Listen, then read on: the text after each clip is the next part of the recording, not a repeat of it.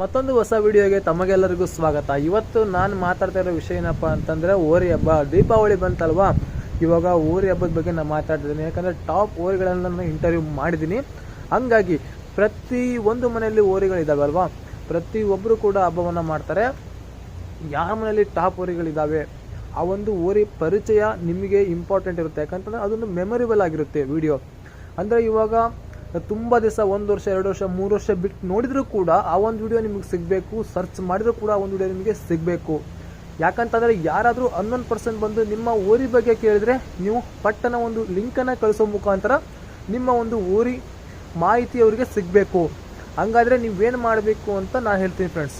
Okay, ತುಂಬ ಜನ ಹೋರಿ ಹಿಡಿತಗಾರರು, ಹೋರಿ ಬಿಡುವಂಥವರು ಮತ್ತು ಹೋರಿ ಹಬ್ಬ ನೋಡುವಂಥವರು. ಇಲ್ಲಿ ಏನಾಗ್ತಾ ಇದೆಯಪ್ಪ ಅಂತಂದರೆ, ಹೋರಿ ಬಿಡುವಂಥವರು ತಮ್ಮ ಹೋರಿಗಳನ್ನು ಕಟ್ಟುವುದನ್ನು ಕಡಿಮೆ ಮಾಡ್ತಾ ಇದ್ದಾರೆ. ಕಾರಣ ಇಷ್ಟೇ, ಬುಕ್ಕಿಂಗ್ ಅಲ್ವಾ? ಇಲ್ಲೊಂದು ಸಮಸ್ಯೆ ಖಂಡಿತ ಇದೆ. ಎಸ್, ಬುಕ್ಕಿಂಗ್ ಆಗ್ತಾ ಇದೆ ಅಂತ ತುಂಬ ಕಡೆಯಿಂದ ನಮಗೆ ಅಪ್ಡೇಟ್ಗಳು ಬರ್ತಿರ್ತವೆ. ಇವಾಗ ಕೆಲವೊಂದು ಹಬ್ಬಕ್ಕೆ ಹೋದ್ವಿ ಅಂತಂದರೆ ಬುಕ್ಕಿಂಗ್ ಆಗಿದೆ. ಇದೆಲ್ಲ ಕಾಮನ್ ಆಗಿಬಿಟ್ಟಿದೆ. ಈ ಒಂದು ಮಾತುಗಳು ಕಾಮನ್ ಆಗಿಬಿಟ್ಟಿದೆ.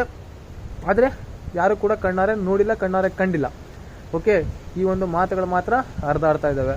ಓಕೆ, ಇದರಿಂದ ಏನಾಗ್ತಾ ಇದೆಯಪ್ಪ ಅಂತಂದರೆ, ಇವಾಗ ದುಡ್ಡು ಇರೋಂಥ ಮಾಲೀಕರು ಹೋರಿ ಕಟ್ಟಿರ್ತಾರೆ. ಅವ್ರಿಗೆ ಏನಾಗ್ಬಿಡುತ್ತೆ, ಇವಾಗ ಅದು ಬುಕ್ಕಿಂಗ್ ಮಾಡ್ಕೋದ್ರಲ್ಲಿ ಏನೂ ಸಮಸ್ಯೆ ಇರೋಲ್ಲ.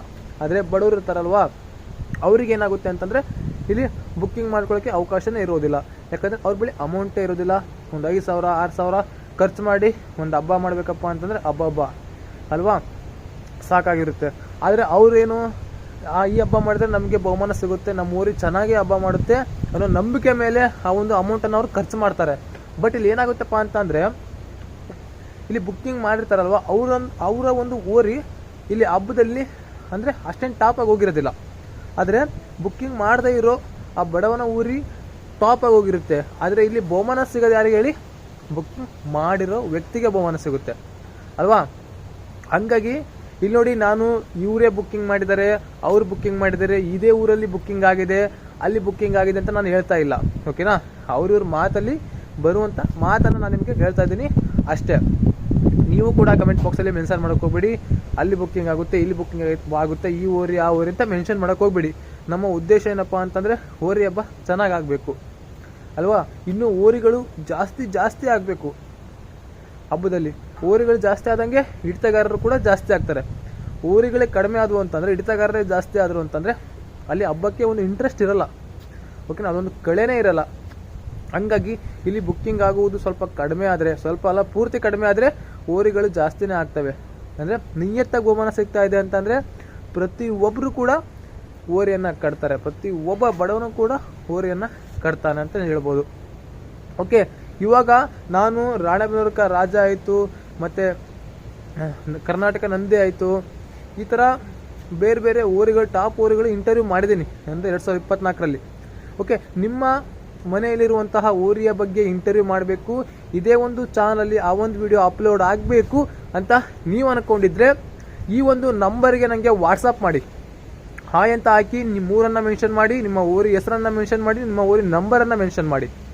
ಓಕೆ, ಇದನ್ನ ಮಾಡೋದ್ರಿಂದ ನಾವು ನಿಮಗೆ ಫಾಸ್ಟಾಗಿ ರಿಪ್ಲೈ ಕೊಡ್ತೀವಿ. ಮತ್ತೆ ಏನಪ್ಪ ಅಂತಂದರೆ, ನಾವು ಶಿವಮೊಗ್ಗದಿಂದ ಬರಬೇಕಾಗುತ್ತೆ. ಹಾಗಾಗಿ ಚಾರ್ಜಸನ್ನು ನಾವು ಬೈ ಮಾಡ್ತೀವಿ.